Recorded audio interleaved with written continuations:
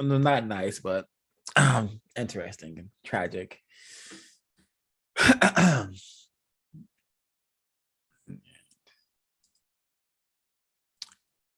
Greetings, everyone. Welcome to CRWS Counter Racist Review, decoding of Atlanta Season 3, Episode 2.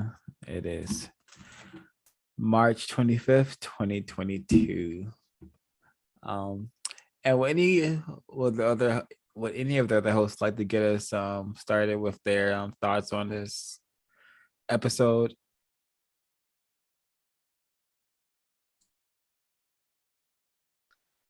Fact that he woke up after a night of being personally dominated and abused by a racist female, and then later went to sleep in the cab right after,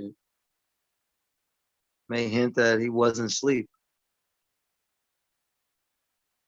that his mind was actively thinking of the reality of being a personal captive to a racist while he was being personally captive to a racist sexually.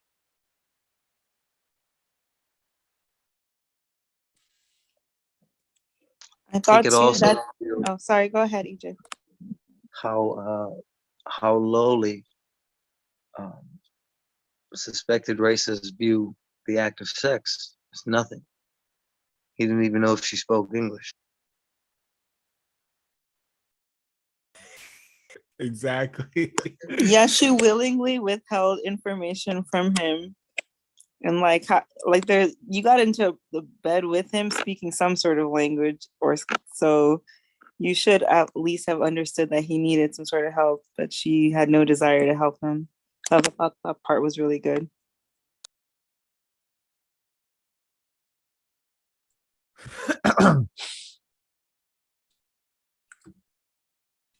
Yeah, this episode is riddled with well, just right off the bat, since we're already in the area 8 sex, gutter sex is dangerous, and it's tacky, it's trashy, and it's terroristic.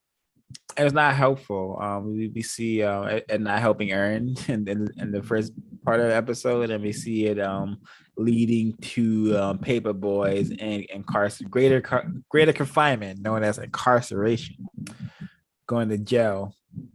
I mean, so and why did the conflict occur during Area 8? No, yeah, but even before that, the conflict, the blackface holiday. exactly. But the conflict is it's already there in the first place, because it's a black male and a white woman. Does not compete. It's already incorrect. It's already incorrect. And yeah, and this scene was very for me, it was hilariously tacky and trashy. But that's really what happens. They know their victims well, because this N-word, nigger, it has been, we have been conditioned to be real sensitive to us. So sometimes when we hear it, we just, our brain computer just can't handle it, and we just, sometimes go into direct conflict with the people who say that word, utter that word. And I think it's illogical and incorrect to do such a thing. We have to be calm and serious within the system of racism and white supremacy, because the system is like designed to mistreat us. So we see the black female, responding incorrectly to, Paperboy. He responded correctly. He didn't, it didn't cause a fuss. He didn't. The word didn't seem to upset him, but for a reason, though. Yeah, Remember, yeah, because yeah, he said he's a nigga, and that's all he gonna be, is a nigga. Yeah. So Paperboy, in the beginning of this whole thing, he decided that he was always gonna be shit. So even if he did make it, he was gonna be nothing but shit. So he perceives himself to be inferior. So he had no problem with nigga bitch. And the black female, she had a problem with being reminded that even though you in the bed, you ain't nothing but a nigga, bitch. Even though you in the bed with some money or whatever. He never had a problem with it. But later he had a problem with being physically reminded of that jet black skin he carries around. And he couldn't fuck with it at all. Right. So he perceived white supremacy on one level, but because he internalized it, he didn't want to be physically reminded. He didn't give a damn about hearing it. That's what he is. Yep. He shutting it off. That But he scene didn't right want there. to see that jet black face. Remember, they love me over here till he saw that jet black face, a reflection of himself, and how they really see him. Well, I mean, fuck it, it's their money. He gave it right back to him. Exactly.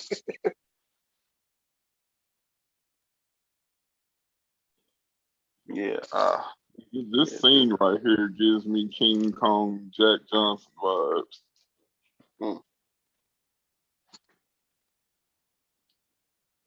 Good comparison.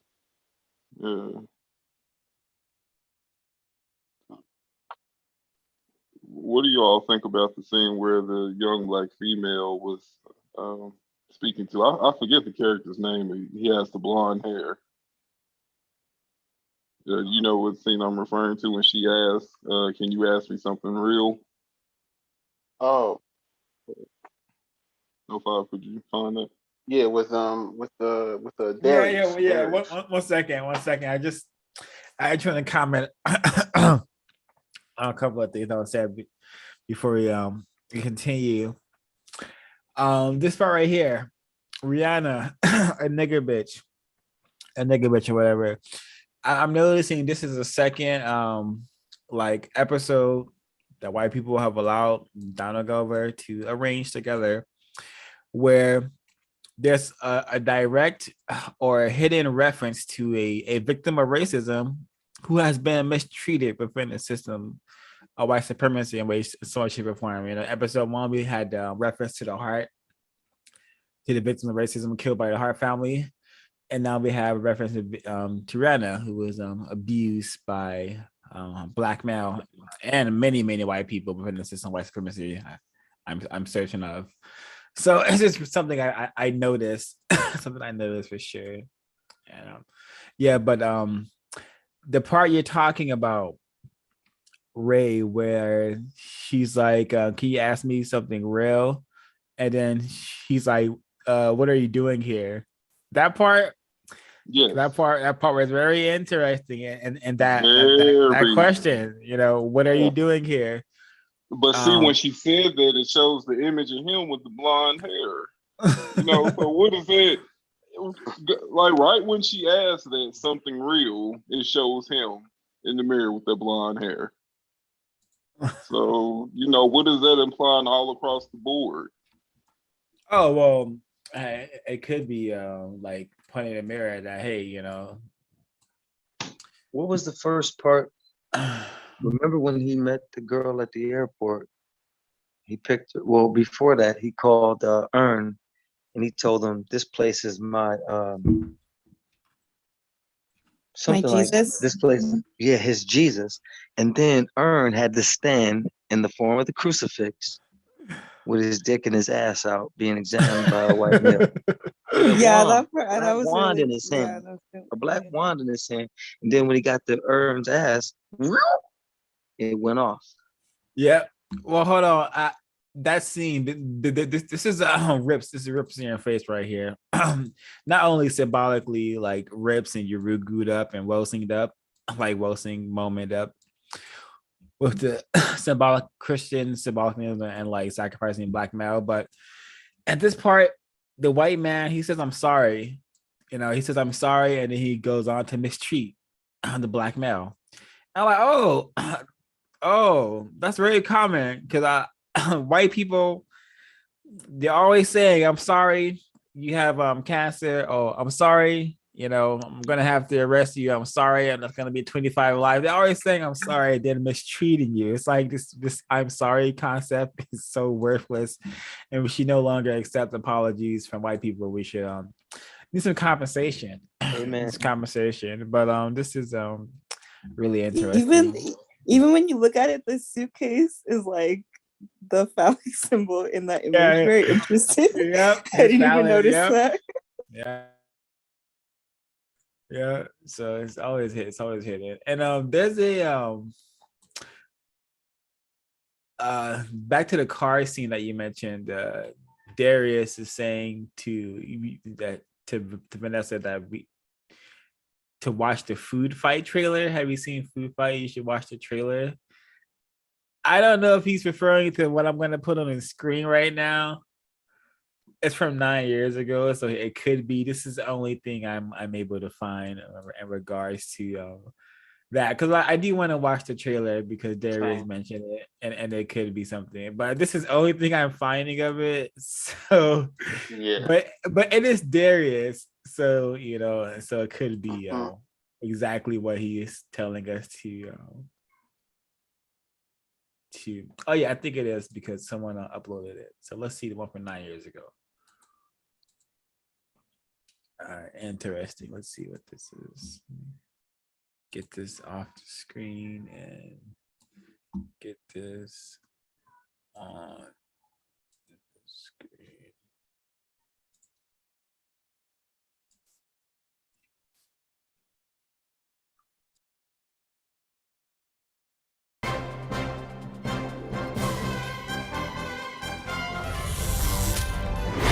He's dynamic. Oh boy. He's dramatic. He's the big dog. Dex Dog Detective is back in the house. That always runs to the rescue. I still got it. Charlie Sheen is Dex. When in doubt, just do the right thing. With Hilary Duff. Listen, tough guy, doesn't mean that I couldn't kick your butt. Eva Longoria. I've got a hot case for you. Wayne Brady. I'm your best friend, Daredevil Dan. And Christopher Lloyd. Somebody ordered a recall. The Super Slick. Got milk? Do I look like the Dairy Queen to you? Super Sleuth. You? Clean up on aisle 1. Is about to tackle. Yo, Dex. They're building an entire army. His biggest case ever. Let's get him. I do have an idea.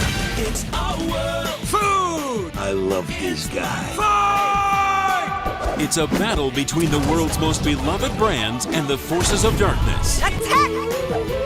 We are Watch the tail. Sorry, Charlie. Taste that! Cause it's our world. It's our world. It's my life. It's checkout time. Great idea! Food Fight. This makes 500 cases you've solved. What's your secret? The secret's inside. Oh wow, that looks absolutely abhorrent. Yeah, I've never seen such ugly animation. It makes sense, if Darius is on a lot of drugs, this would be terrifying to see. It's probably the ugliest thing I've ever seen. But there's a lot of interesting coded stuff in there. Yeah, So, forces of Battle darkness. of the Brands versus the darkness. And then did you see the water exploding? And then there's like an Aunt Jemima character that's yeah, Mrs. Interesting. Yeah, possibly worth a decoding with the children of CRWS. Yeah, I may put a pin in it. But yeah, the building army. That's my ear definitely heard that. So definitely sure this film is riddled with hidden messages, and there's no coincidence. It's not just a random high moment that Darius had. The producers allowed this to be said. Everything was greenlit. So another rabbit hole, one to follow, possibly. So I have I said the bit about I'm sorry. Speaking of that scene with Darius, isn't it interesting how he said he was castrated, and then she just doesn't say anything after that? Oh yeah, he said he can't. He can't procreate. He can't procreate. He had his nuts crushed in Nigeria. He said. Yeah. Wrote that down. So that means her whole character from the beginning of this whole show has been to be an archetype that reveals the impotency of the black male. Her whole relationship with Earn has been, she's been disappointed after disappointed after disappointed. That's a great point. So, yeah, and so his whole relationship to her, who in this show, her archetype is, this is the essence of a black female. The best black females are this physically lighter complected, not really identified with black people, but you know, kind of, because she kind of has to be, because her color reveals that she's not white. But everything about her is she desires a ephemeral relationship to whiteness. She desires white identification without the whiteness, but ultimately ends up being disappointed in niggas. So that's who's in the bedroom with her, because he revealed he can't produce seed, the ultimate eunuch with no sexuality. He's never expressed any sexuality. So he's the ultimate Earn, ultimately.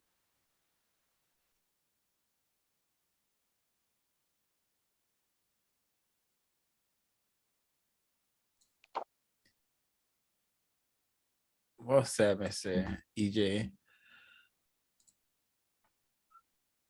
So I noticed another code talk when we see I forget which white person it is, but there's a white person saying, "Oh, we tolerate people here. You know, we tolerate people here." I'm like, "Oh, so that's how they choose to practice racist white supremacy. You know, they will tolerate their victims differently." You know, I'm like, okay, we've all heard that. You know, they have whole museums called Museum of Tolerance. So yeah, Well, it's the racist white niggers for our entertainment while we're being stupid for the moment, reminding us of our glorious past. That enables us to be stupid for the moment because we're in such a dominant position. Exactly. And I really hope everyone got this message right here. I'm just gonna skip, we're gonna be skipping a bit, but I really hope everyone got this message here. Because when I saw this part, 4 words came to mind, and this is like, you know, racism, white supremacy 101. Any nigger will do, or any nigga will do, you know, depending on, they mean the same thing. Any nigger will do. When Dirk is you know, filled with racist rage, and he just wants to attack Earn, but he can't, you know, he can't reach Earn. But hey, you know, in the system of white supremacy, any black person would do, you know, a white woman with so-called lynch. Hey, we don't have to go find the exact black person who allegedly did this, even though it was most likely a white person, probably a white relative who did it. But no, any black person would or do she lied. Yeah, or she lied. Yeah, which is like, you know, high chance, high probability. You know, so I knew a black male who used to say, every time we'd be out in public and we would frustrate racists, he would say, "You know, this means they're gonna go punish a black person, right? Who knows less about racism." And I used to laugh, but never did I understand that until much later. But he was right. Whenever they practicing, sometimes it's a vendetta because they were frustrated somewhere else, or they would really like to do this to another victim somewhere else. But you're available. Any nigga will do. This is what this scene is all about. And he kept saying, you made me do this to you. Yeah. Like, it's almost like he was raping him or something. It was so weird. Yeah, another, back to my notes. Another Area 8 note, sex. And this is why sex between a white person and a non-white person is always rape. That white person is always raping that non-white person. He says, what did Dirk say? He said, you fuck me? You fucking me? He said something like that, right? And you know, you fuck me is like, sex is aggression. You know, it's like, you know, it's like a slight, you know, it's like, you know, they use it to harm. Yeah, exactly. They use it to harm each other. It's about dominance. Like, you fuck me, you getting over on me, is what he's saying. What about him? I will destroy you. I just about to speak on that. There Yeah. was a TV show with the female who created a show called Chewing Gum, and it's called I Will Destroy You. I Will Destroy You is about a black female being raped. Yeah, super gutter sex, super like just anti-black niggerization programming and so-called I Will Destroy You show. Yep. And also this show and these producers are so refined and they're so crafty with their coded messages. Because I'm really gonna dive deep on this one. But Ray, please go ahead. I know I interrupted you. Oh, no worries. It just I'm gonna drop a link.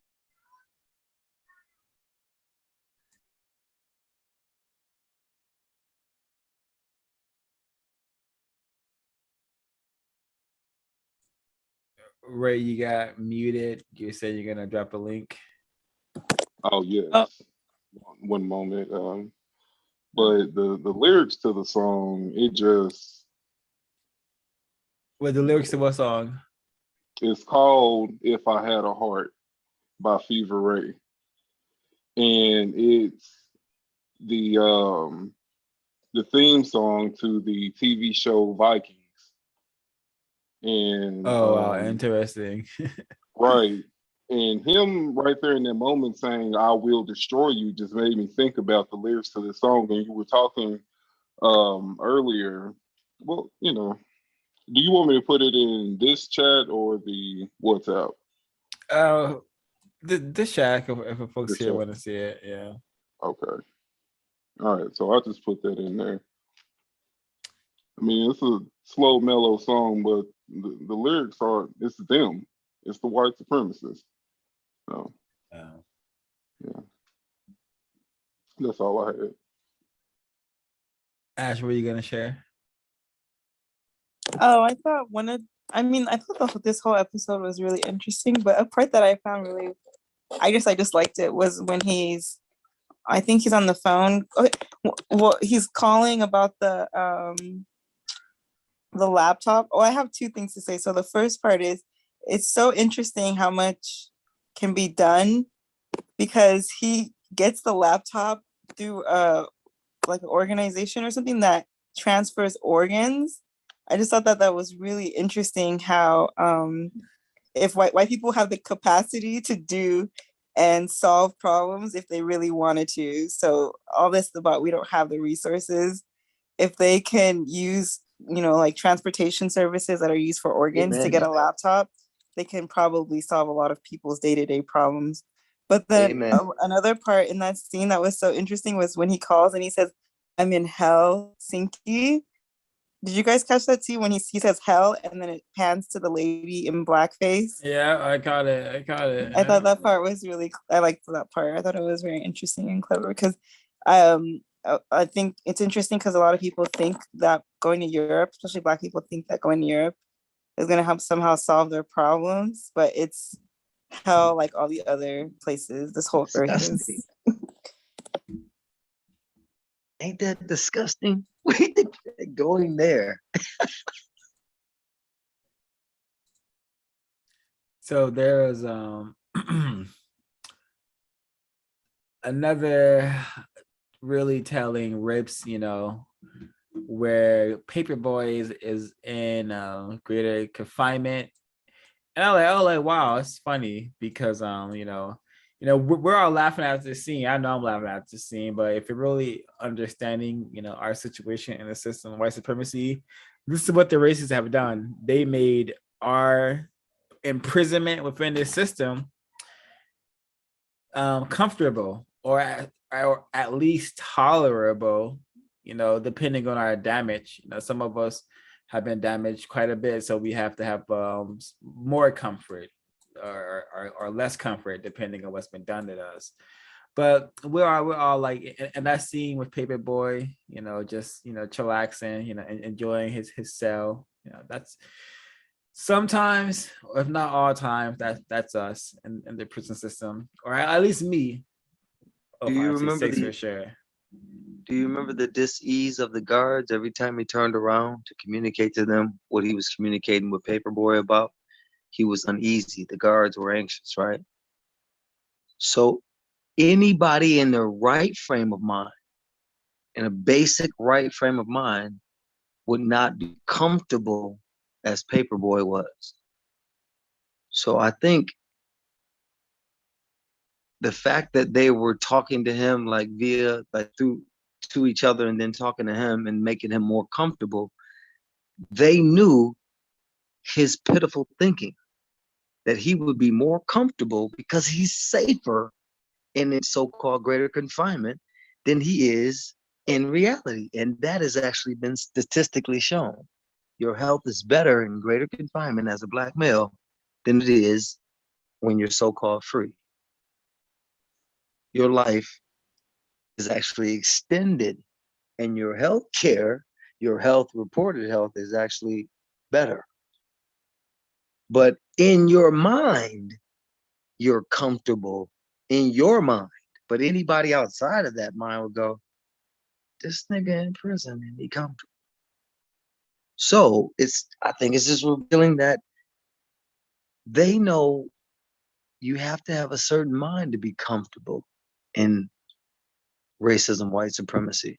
You have to be totally insane and have the individualistic mindset that your personal comforts outweigh the reality that you are confined, controlled, dominated illegitimately. He went to jail illegitimately. He didn't do anything incorrect other than what we know to be incorrect under the code.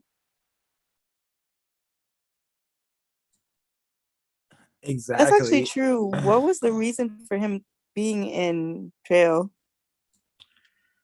So it looks like during the attempted gutter sex with the non-white female and the white woman, it looks like that commotion led to his greater confinement.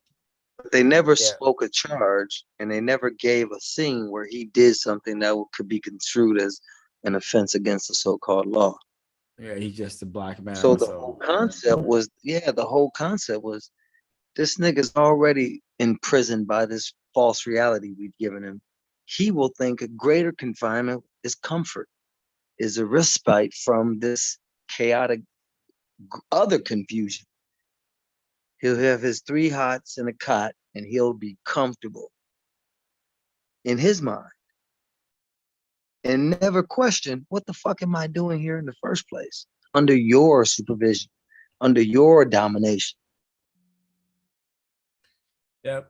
And notice how throughout the planet, the prison planet, wherever there's more white people than non-white people, there's going to be more comfortable prisons, whether the prisons are actual prison facilities like we see right here on the screen, or just homes, health facilities, wherever there's more white people, that's where all the so-called health benefits and greater comfort is going to be concentrated,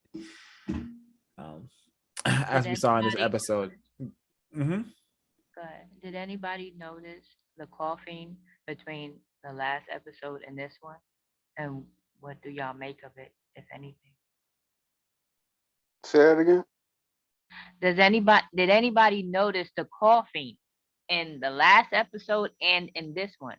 The young girl in the last one that we watched, and this one with Earn sneezing. Yeah, the sneezing. sneezing. Yeah. And twice. Do y'all make anything of that? Yeah. Do y'all make anything of that? I mean, pretty much the white people were reacting negatively to it. So that's what I wrote down. They took his DNA. Yeah, I wrote that down. Taking Black genetic material when they took his snot. What do y'all make of them all yelling out Gesundheit? Yeah, see, I'm sure that has some meaning to it. It's German. At the same time where they used to drink people's blood and eat Black people's flesh ground up in the powders. Gesundheit was when they thought spirit was coming out of you. Because that's how archaic they were about sneezing and coughing. just a reason to eat your blood and drink your flesh, or eat your flesh and drink your blood. It's in Mummies, Vampires, and Werewolves. I think Werewolves, Mummies, and Vampires. Did a review of it on the house. We've been talking about vampires a lot lately. Yeah, and then this scene right here is very, very, very telling. Here we go. Let me just the imagery alone, just the white figure, the white Santa Claus priest figure, just coded to be a religious figure. There we go. The blackface, the tradition, this is what the Paperboy got Paperboy into greater confinement. The females who were fighting, they were arguing over this tradition. The St. Peter tradition, the blackface thing that some white people choose to do around the globe. Let me get a better image of it if I can on the screen. Here we go. Not the best, but yeah, just a bunch of white people who are, through the act of painting their self black and wearing a black wig, they are able to experience, some sort of energetic role play of, hey, I'm pretending to be a nigga. I'm pretending to be a nigger. It's, this is fine. I can do this once a year. This is, I wish I was a black person. I wish I had color. I wish I could produce color so I didn't have to, maintain the system of white supremacy to keep my numbers, growing. Perhaps without this system, we would go extinct, or it would be hard for us to keep our numbers up. I don't know. I think sometimes they mock us in order to combat their inferiority complex. They're compensating, just like we're compensating for their implementing or attempting to impose an inferiority complex. We have to constantly renew our mind to the truth of what we really come from before their imposition of white supremacy. They have to do the opposite. They have to mock and berate color, but at the same time, lust and desire it.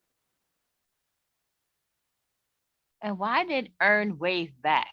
Like, what? Oh my gosh, he's too much. Another thing, Lakeith Stanfield. What's his name on this show? The one with the blonde hair. Darius. Yeah, Darius. Or whatever. Notice his hair is dyed blonde. He gets in a white van full of white people. Even the female that's next to him has a white parent in real life. Yep. And I thought that was. And she's married to a white person. Oh, she is. Oh, see, I didn't even know that. Yeah. Did you all notice when he was standing next to the white Jesus figure? No. Yeah, it was a scene where he was standing in front of a white man. He kind of looked like, the regular images of Jesus. Oh, I didn't catch that. I thought this. Yeah, was no, so they were closer, but yeah, it was something similar to that. But they were standing closer. But that made me think about. Yeah, well, maybe just go back and look at it again. But that made me think about Kanye West. And remember when he was on stage with that white Jesus? And hasn't he dyed his hair blonde at one point? Yep. Yeah, he was next to Trump with blonde hair. Mm-hmm. Yeah, and let's go back to episode 1, when they brought up that thing with the Armenians, they white, so they ain't. This is also Donald Glover. I'm sure he knows. Yeah, I'm sure he knows Mr. West. Now, like I said, prior to them killing this so-called Tupac character, which was extremely tacky. Yeah, the white female doula asked Vanessa, was she okay? And then she said, I'm good. This brought me to Gus's program a few weeks ago, where a black male was in the Ukraine, where he was talking about his experience dealing with these white people that wasn't helping him, and pretty much they had asked him the actual same question. He said, I'm good. She said, I'm good in this episode. Yeah, this is really symbolic. This whole, white people are so crafty with their coded messages and like how they will implant images in your minds because we are first primed with the image of Tupac. Darius says, Tupac energy. Oh, that's Tupac right there. So we already most of us are aware of the tragic demise of Tupac. So we already have the image of Tupac's first death in our minds. Him being incorrectly murdered by white people. So now this episode grants us with a double kill. I put down here the double killing of Tupac. We get to kill the black male twice. We get to Negro phobic and Negrophilia. We could bring back the black male from dead, kill him again. And not only kill him and just shoot him quickly. We're gonna suffocate him. Horrifically. No one's gonna know what's gonna happen. It's gonna be a total shock. Because that's how we like it. We like to get the that fear, that shocking fear of torment. That's what us racist folk get off on. That's what I got from this scene. I suspect some people in the audience are just there to get off on this murder happening. Yeah, fake emotion. Yes. Don't you feel like too? Crying. It's. Oh, sorry. It's so like No, go ahead. Yurugu, the contraption, the contraption set up to kill him, just so impersonal. Nobody's close to him. It's like they're almost disgusted by him. Yeah. Deaf and like the only person that she's not even near enough to touch him. Yeah. So what kind of weird way to die like this, where people are just watching like a TV show and not actually interacting with you? Yeah. And then you die by this weird, sick scientific contraption. Yeah, and I suspect this is stuff like this is probably what they call this holistic killing or something like that. Anywho, I'm suspecting stuff like this is actually going on, but I want to talk about the inversion of just like the Yurugu nature, racist man and racist woman, aka people who call themselves white. They have she's a so-called deaf doula, and non-white people exist. We have doulas who help to bring birth, so white people will specialize in deaf. This could be coded symbolic of that. White people have specialized in deaf. They have mastered the contractions. They use their science to create tools that create deaf, produce deaf. The majority of things that they have arranged on planet Earth produce deaf. So really the original meaning of doula in Greek is slave, because those were the people that were helping to birth white women's kids. So very interesting. Gee, so our roads lead to the depravity of what we're attempting to counter. Notice how when Darius and Van go on this so-called, I guess, an adventure, for lack of a better term, and they meet this white people, they get in the van, then they go to the dying or the death of Tupac, which is really extra tacky or whatever. They had no idea. They had no plan. They're just going with the wind, just doing whatever. And when they get to the place or whatever, they know why they're there. The white people, they know why they're there. But the black people, the non-white people, they don't know why they're there. They're just going with the flow. And now one question. Yes. Not one question, basically. Yeah, not one. Oh, yeah, not one question. How we been taught. And it reminds me how Nelly Fuller says, okay, that's act 1. What's act 2? We don't think. We do not think. And this show shows that so well. It does an excellent job of showing how we do not think. And we're always just... And the guy doesn't even, the guy who's dying doesn't even speak. So you don't even know if he's actually chose to die or anything. Yeah. It's like nobody actually knows. Yeah, this could be just, and then this is also a Neely Fuller moment because, wait, this is another Neely Fuller. Wait, hold on. Let's have one person talk at a time. It's not a Neely Fuller moment because, once it gets to act 3, non-white people, confused victims like myself, we're often left, harmed, shocked, and weakened in a worse position than like we were in act 1 because, we didn't ask questions, and this is where it lands. So trauma. Notice how the doula goes up to her too. So you don't even know what this could be, some weird sexual whatever thing going on. because the doula introduced herself to her as a way to prevent her from like asking and trying to figure things out on her own. Very interesting. The doula was acting like I've witnessed many white people with the questions. Stay in the question lane.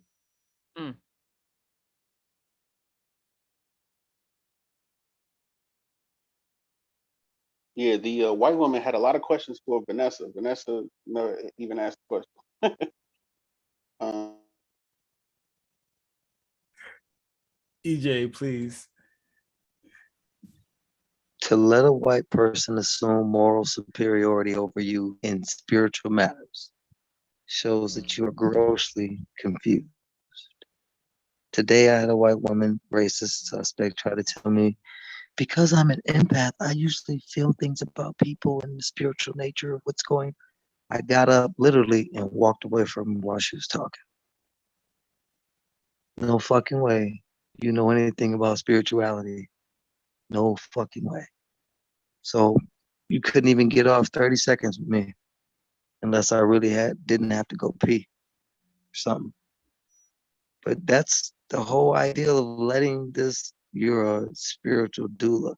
Get the fuck out of here. You don't know God, you know racism.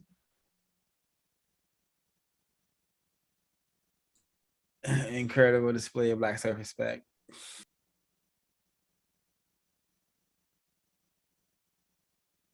Remember when Ern asked for the what $20,000?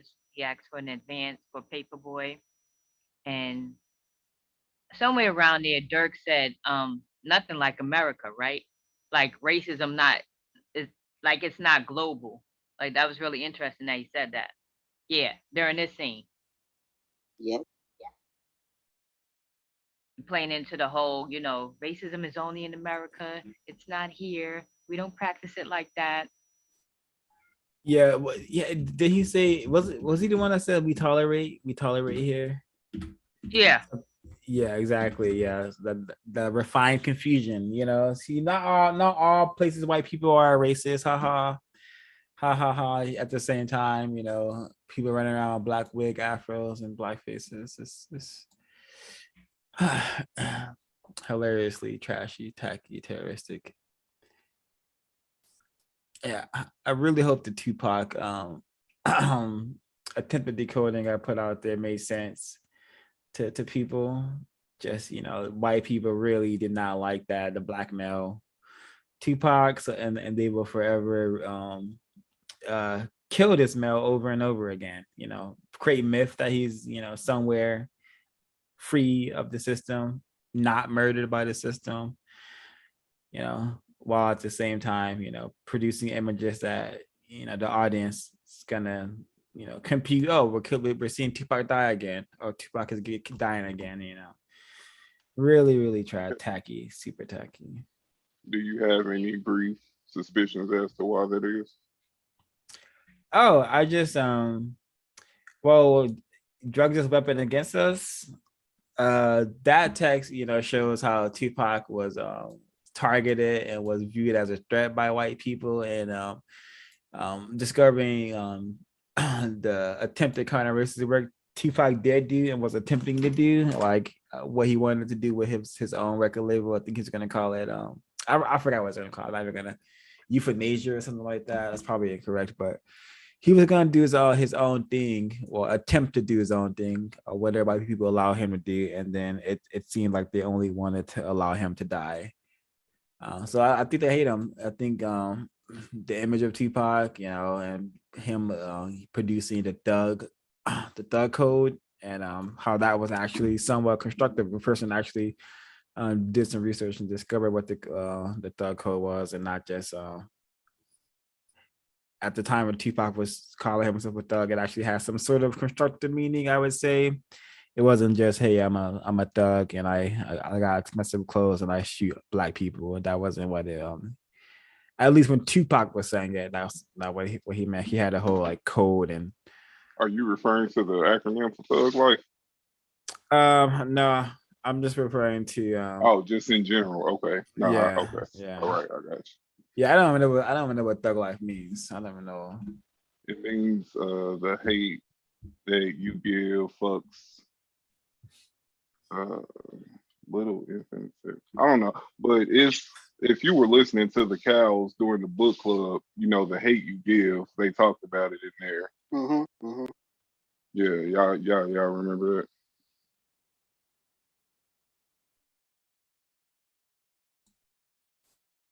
I do.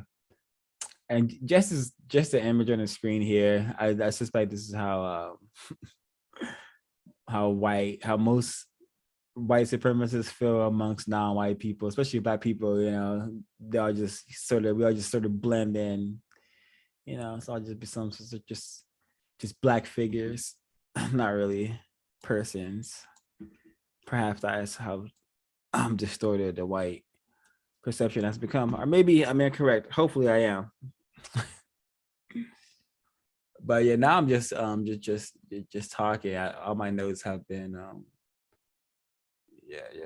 scratched off. So, folks have any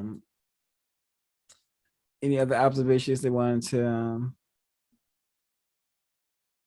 bring to the table?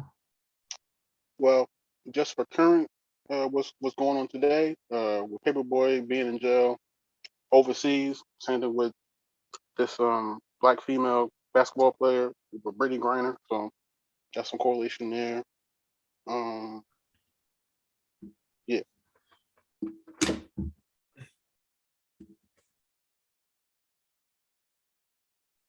Say no to tragic arrangements and no white friends. Like the image. That too. like the image right in front of us. Exactly.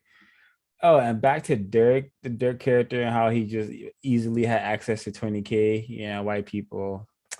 Most white people are like that, I suspect. You know, just comfortable. Yeah. It could be incorrect. Don't dye your hair blonde. Don't wear wigs or weaves. And yeah, I think we could call it a wrap. We may or may not be here again tonight. But thanks for tuning in. Please like, share, and comment on this. Sorry, I could already see that